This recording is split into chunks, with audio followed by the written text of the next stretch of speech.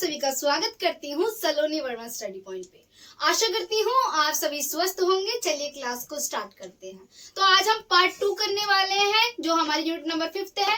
जिन बच्चों ने unit number 5 का पार्ट 1 नहीं देखा, प्लीज पहले पार्ट 1 देखिए, उसके बाद पार्ट 2 देखिएगा, जिससे कि आपको ये चैप्टर बहुत ही डीपली समझ आ जाएगा और आपके पास जब आपको पता होगा इस चैप्टर के बारे में तो आप बहुत ही बेहतरीन तरीके से पेपर में लिख पाओगे। तो चलिए क्लास को स्टार्ट करते हैं।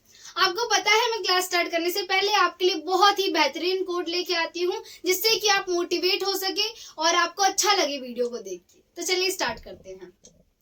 परों को खोल जमाना उड़ान देखता है, परों को खोल जमाना उड़ान देखता है, तू जमीन पर बैठकर क्यों आसमान देखता है, तू जमीन पर बैठकर क्यों आसमान देखता है। चलिए स्टार्ट करते हैं। देखिए, उत्तरी भारत में राजपूत राज्यों का उद्भव, सामाजिक आर्थिक आधार। अब इसमें क्या जानने वाले हैं कि उत्तरी भारत में राजपूत का उद्भव किस प्रकार से हुआ, राजपूत किस प्रकार से भारत में आए।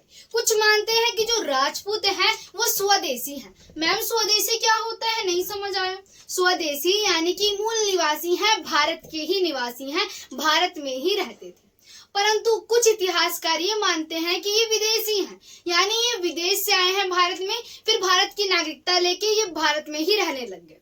अब इसे देखकर जो है आप देखोगे इतिहासकारों में कहीं ना कहीं क्या मतभेद दिख रहा है।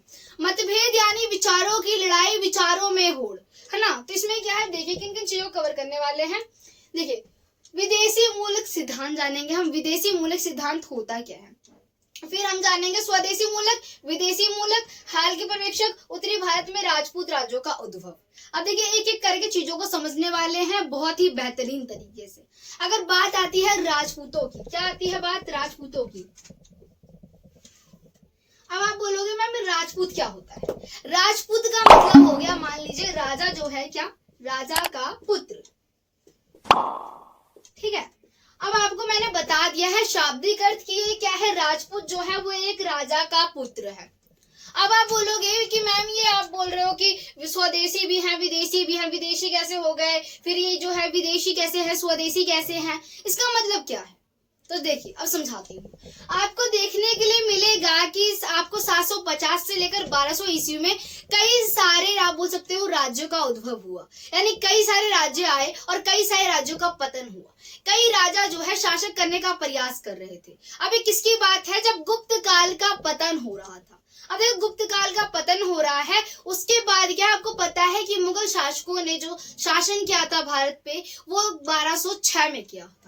जब 1206 में उन्होंने शासन किया है, जो बीच की अवधि है जब गुप्त का पतन हुआ है साम्राज्य का, तो उस अवधि में किसने शासन किया, ये आपके मन में सवाल आ रहा होगा। तो इसी प्रकार से कई सारे शासक बन रहे थे जो सामंतवादी थे, जो जिन्हें राजा का समर्थन पहले प्राप्त था, वो शक्तिशाली थे, उनकी जड़ें मजबूत हो गई थी। अब जड़ें मजबूत हो गई है तो वो क्या अपने आप को अब राजा बन लिए। अब वो छोटे छोटे राजा हैं, कोई बड़ा है जो सामंतवादी था जिसके पास बहुत धन था वो बड़ा राजा बन गया, है ना, इस प्रकार से समझिए आप। और जिसके पास थोड़ा कम धन था वो बोला मैं कैसे पीछे हट सकता हूँ, तो वो भी राजा बन गया। अब देखिए इसमें जो सामंत है वो राजा बन जाते हैं।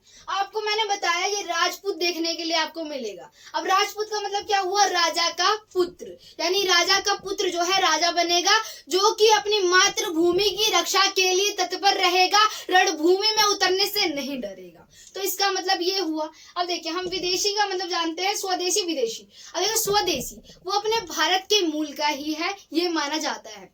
आपको दिखेगा कि आपको पृथ्वीराज विजय हमीर दिखेंगे, जो कि कहते हैं कि जो आपको देखेंगे राजपूत जो है कैसे आए हैं, राजपूत जो है सूर्यवंशी हैं। अब आपको पता है ये राजपूत स्वयं को क्या कहते थे, ये कहते थे कि मैं कृष्ण के वंश का ही हूँ, यानी कृष्ण जी के वंश से अपने आप को स्वयं को जोड़ते थे। परंतु कुछ साक्ष्य ऐसे मिलते हैं कि ये कहा जाता है कि राजपूत जो है राम जी के वंश से संबंधित है। क्या, राम जी के वंश से संबंधित है। आपको रतनपाल दिखेंगे, रतनपाल कहते हैं ये चंद्रवंश से संबंधित है। इसी प्रकार से आपको कई सारे शासक दिखेंगे, कई सारे इतिहासकार दिखेंगे जो कि कहेंगे ये विदेशी हैं स्वदेशी हैं। अब ये जो कह रहे हैं आपको, ये कहते हैं कि किस प्रकार से जो आप राजपूत जो है किस प्रकार से इनका उद्भव हुआ भारत में। विश्वामित्र गौतम ऋषि जब क्या है तप कर रहे थे अपूर्व पर्वत पे, उनके साथ कई सारे क्या आप बोल सकते हो ऋषि थे। अब वो सारे ऋषि यज्ञ कर रहे हैं, बहुत ही बेहतरीन तरीके से यज्ञ कर रहे हैं। आप मुझे बताइए, आप बहुत ही अच्छी तरीके से पेपर लिख रहे हो, बीच में आपका कोई फ्रेंड बोले जरा बताना, आप डिस्टर्ब होगे ना, आप परेशान होगे ना, आप बोलोगे मैं बाद में बताऊंगा, तुझे तो बहुत परेशान कर दिया, मेरा पेपर छूट गया, एक क्वेश्चन छूट गया। इसी प्रकार से जब विश्वामित्र यज्ञ कर रहे थे, उनके साथ अन्य जो है आप बोल सकते हो ऋषि यज्ञ कर रहे थे, तो क्या हुआ कि जो दानव थे, जो राक्षस थे, उन्हें बहुत ही परेशान करते थे। अब देखिए अगस्त ऋषि और अन्य ऋषि बहुत ज्यादा ही परेशान हो गए थे। अब उन दानवों का वध करने के लिए, उन्हें दंडित करने के लिए उन्होंने यज्ञ किया, बहुत ही पवित्र यज्ञ किया। उसके बाद 3 योद्धाओं को उत्पन्न किया, ये कहा जाता है मिथक है। अब मिथक का मतलब झूठ, इसका मतलब हम ये नहीं मान सकते कोई योद्धा जो है अग्नि से उत्पन्न हो जाएगा। इसके बारे में हम आगे जानेंगे। इसके कौन कौन से वंश थे ये जान लेते, कौन कौन से योद्धा थे। इसमें आपको प्रतिहर, चालुक्य, परमार ये शासक देखने के लिए मिलेंगे, परंतु आप कहीं देखोगे कि ये जो उनका प्रयास था वो व्यर्थ रहा। उसके बाद उन्होंने क्या, चौहानों को उत्पन्न किया। चौहान का मतलब राजपूतों को उत्पन्न किया। जब उन्होंने राजपूतों को उत्पन्न किया तो ये माना जाता है कि अगस्त ऋषि के द्वारा ही चौहानों को उत्पन्न किया गया था, अग्नि से। क्या अग्नि से उन्हें उत्पन्न किया गया है। देखिए कुछ शासक मानते हैं ये विदेशी है, यानी विदेश से आए हैं, कुछ बोलते हैं ये क्षत्रिय हैं, तो कुछ बोलते हैं भारत के मूल निवासी हैं। तो ये समस्या देखने के लिए मिलेगी, जैसे मैंने आपको बता दिया इसके बारे में। अब विदेशी मूलक की बात करते हैं। अलेक्जेंडर कनिंघम जो है वो ये कहते हैं कि ये दूसरे देश से आए हैं, ये भारत के नहीं है। क्या ये भारत के नहीं है, दूसरे देश से आए हैं, भारत में आए, ये थोड़े ताकतवर थे, भारत में रह के ये बहुत ही तत्पर रहते थे युद्ध करने के लिए।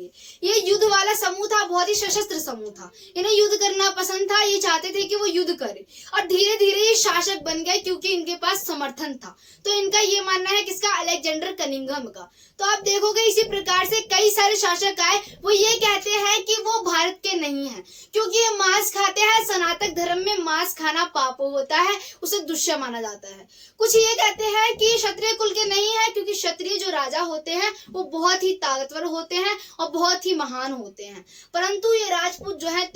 अब देखिए ये मेरा पर्सपेक्टिव नहीं है, आप कहीं पर मेरा पर्सपेक्टिव समझ के बोलो। ये देखिए आपको मैं इतिहासकारों के विचारों की होड़ की बात बता रही हूँ, जो कि आपको पेपर में लिखनी होगी। आपको परिभाषाएं लिखनी होती हैं, कम से कम आपको जो नेगेटिव में आपको 3 लिखनी है, पॉजिटिव में आपको 4 लिखनी है। कौन मानते हैं स्वदेशी है, कौन मानते हैं विदेशी है, इसके बारे में आपको 3-3 परिभाषा लिखनी है, तभी आपके नंबर बहुत ही अच्छे आने वाले हैं। इसीलिए आपको लिखना अवश्य होगा, क्योंकि इसमें हमारे पर्सपेक्टिव की बात नहीं होती है, इसमें जो इतिहासकारों की बात होती है उनके मत को बहुत ही समर्थन दिया जाता है, उसे उच्च स्तर का माना जाता है। इसीलिए जो है आपको आपके पेपर में बोला जाता है कि आपको इतिहासकारों के विचारों के बारे में भी लिखना है। चलिए अब हमने विदेशी और स्वदेशी जान लिया है, और हम जानेंगे कि हाल के पर्यवेक्षक। अब देखिए हाल का पर्यवेक्षक क्या है। आज के दौर से अगर हम देखें, क्या आज के दौर से अगर हम देखें इन सब चीजों को, कि कोई बोल रहा है कि चंद्र के वंशज है, यानी चंद्र से संबंधित वंशज है, कोई बोल रहा है कि राम जी के वंशज हैं, ये स्वयं को बोल रहे हैं मैं कृष्ण का वंशज हूँ, कोई बोल रहा है इनका जो जन्म है वो अग्नि से हुआ है। हम संभव नहीं मानते, हम ये नहीं कह रहे हैं, हम अवहेलना नहीं कर रहे हैं। इतिहासकार जो कह रहे हैं कि हम अवहेलना नहीं कर रहे हैं कि पुरानी बातों को ना मान के, इसमें ये है कि जब इतिहासकारों ने बहुत ही गहन तरीके से विश्लेषण किया, चीजों को एकदम मद्देनजर सूक्ष्मता से जब उन्होंने चीजों को देखा, उसका वर्णन किया, तब वो ये कहते हैं जो क्षत्रिय है कि वो पहले जो है मिश्रित जाति के हैं। मिश्रित यानी मिश्रित जाति के हैं, बहुत सारी जातियों से उत्पन्न हुए हैं। राजपूत जो है वो बाद में क्षत्रिय बन जाते हैं। तो इसमें क्या है, इसमें ये नहीं है, ये नहीं कहा गया विदेशी है स्वदेशी है, ये बात हुई कि वो भारत के ही हैं, परंतु मिश्रित जाति के हैं, यानी कई सारी जातियों के हैं। ये किसी एक जाति के नहीं है, किसी एक स्पेसिफिक जाति के नहीं है। देखिए हमने स्वदेशी के बारे के मूल सिद्धांत के बारे में जान लिया है, विदेशी के बारे में मूल सिद्धांत को जान लिया है हमने, हाल के पर्यवेक्षक जो हैं उनका क्या मानना है ये भी जान लिया है। अगर मैं आपको बताऊं, जो विदेशी थे जो कह रहे थे कि राजपूत जो है कहाँ से आए हैं, विदेश से आए हैं, और वो जब भारत आए उसके बाद जाके वो सामंत थे, और उसका राजा का समर्थन प्राप्त करने के बाद वो शासक बन गए और क्षत्रिय कुल के हो गए, क्योंकि उन्हें युद्ध करना पसंद था।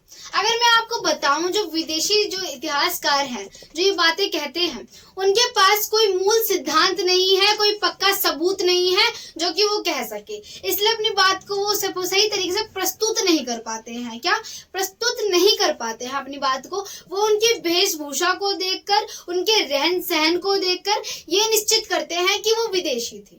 तो चलिए अब स्टार्ट करते हैं, क्या जानेंगे हम उत्तरी भारत में राजपूत राज्यों का उद्भव किस प्रकार से हुआ था, अब हम ये जानने वाले हैं। तो देखिए मोहम्मद गजनवी की मृत्यु से लेकर मोहम्मद गौरी जो है उनके तराई की युद्ध तक की अवधि में उत्तरी भारत में कोई भी बड़ा साम्राज्य जो है नहीं था। अब ये बात की गई है कि मोहम्मद गौरी क्या है, मोहम्मद गौरी की मृत्यु हो गई, गजनवी की मृत्यु हो गई और मोहम्मद गौरी का जो तराई का युद्ध था उसके बाद यानी उस टाइम में कोई भी एक बड़ा सा साम्राज्य नहीं था। क्या कोई बड़ा साम्राज्य नहीं है ये बताया गया है, और बहुत सारे छोटे छोटे राजपूत राज्य आपस में युद्ध जो है ईर्ष्या करते थे और जो है ग्रसित रहते थे। अब आप बोलोगे मैम इसका मतलब क्या है, इसमें यह बताया गया है जो राजपूत हैं, जो छोटे छोटे राजपूत हैं वो एक दूसरे से ईर्ष्या करते थे, एक दूसरे को देखना पसंद नहीं करते थे, उन्हें पसंद नहीं था दूसरे राजपूत को ही देखना, ये बताया गया इसके अंतर्गत। और वो क्या है कहीं ना कहीं वो ईर्ष्या युद्ध से ग्रसित रहते थे एक दूसरे से, उन्हें नहीं पसंद था वो खुद दूसरे राजपूत को देखे, ये बताया गया है। 11वीं 12वीं शताब्दी में अनिश्चितता और अराजकता और साथ में असहमति भारतीय राजनीतिक जीवन की विशेषता थी। इसमें बताया गया है जो 11वीं 12वीं शताब्दी का दौर था वो बहुत ही अराजकता से भरा हुआ दौर था। क्या बहुत ज्यादा अराजकता देखने के लिए मिलती है, हमें असहमति देखने के लिए मिलती है किसमें, भारत में 11वीं 12वीं शताब्दी की अवधि में, ये बताया गया है इसके अंतर्गत। इसमें क्या मोहम्मद गजनवी के आक्रमण के बाद कमजोर प्रतिहत शक्तियों का जो है पतन होने लग गया। अब ये बोला गया है जो मोहम्मद गौरी है, मोहम्मद गजनवी है, उनका क्या है उनके ऊपर आक्रमण के बाद, अब क्या है मोहम्मद गजनवी पर आक्रमण के बाद क्या हुआ है कि प्रतिहत जो शासक है उनकी शक्ति में कहीं ना कहीं कमी देखने के लिए हमें नजर आती है इनके अंदर। इसमें कई छोटे छोटे राज्यों के उद्भव का मार्ग जो है प्रशस्त हुआ, जो कई राज्य हैं उनको क्या है उनका उदय होना आरंभ हो गया जब प्रतिहरों को कहीं ना कहीं उनकी शक्ति कम होने लग गई, तो ये बताया गया है इसके अंतर्गत। गढ़वाला दोआब क्षेत्रों में शासन करते थे, जो गढ़वाला दोआब में शासन करते थे। दोआब का मतलब क्या होता है ये जानिए, दो नदियों के बीच के क्षेत्र को दोआब कहा जाता है, तो ये बताया गया इसके अंदर। जिसमें जिसकी राजधानी कन्नौज थी, लेकिन अब कन्नौज अपना पूरा जो वैभव खो चुकी थी। क्या बता रखा है जिसकी राजधानी क्या थी, इसकी कन्नौज थी और कन्नौज अपना जो पुराना वैभव था वो पूरी तरीके से खो चुकी थी, अपनी पावर को खो चुकी थी, बताया गया है इसके अंतर्गत। इनकी शक्तियों का दूसरा केंद्र वाराणसी था, जो इनकी शक्तियों का दूसरा केंद्र क्या था वो वाराणसी था, जिसमें बंगाल के पाल इसमें क्या है बंगाल के पाल दिल्ली के तैमूर के साथ लड़ाई करते थे। जो आप बोले बंगाल के जो पाल हैं, क्या जो पाल है वो क्या कर रहे हैं दिल्ली के तैमूरों के साथ जो है युद्ध कर रहे हैं, लड़ाई कर रहे हैं और चौहान राजस्थान में शक्तिशाली होते जा रहे हैं। अब जो चौहान है यानी क्या राजपूत शक्तिशाली होते जा रहे हैं। अब क्या है मान लीजिए दो रोटी होती है, दो व्यक्तियों के बीच में लड़ाई होती है। अब क्या हुआ एक रोटी को लेकर दोनों लड़ाई होती है, तो तीसरा बंदा आ जाता है उस रोटी को छीन के चला जाता है। इसी प्रकार से चौहान आए और चौहान शक्तिशाली होते गए। जब उन्होंने देखा कि दूसरे शासकों के बीच में कहीं ना कहीं आप बोल सकते हो विचारों की होड़ है, लड़ाई हो रही है और संघर्ष का दौर है, तो यहीं पे हमारा पूरा का पूरा जो यूनिट नंबर 5 है वो समाप्त होता है। आशा करती हूँ वीडियो अच्छी लगी होगी, वीडियो को लाइक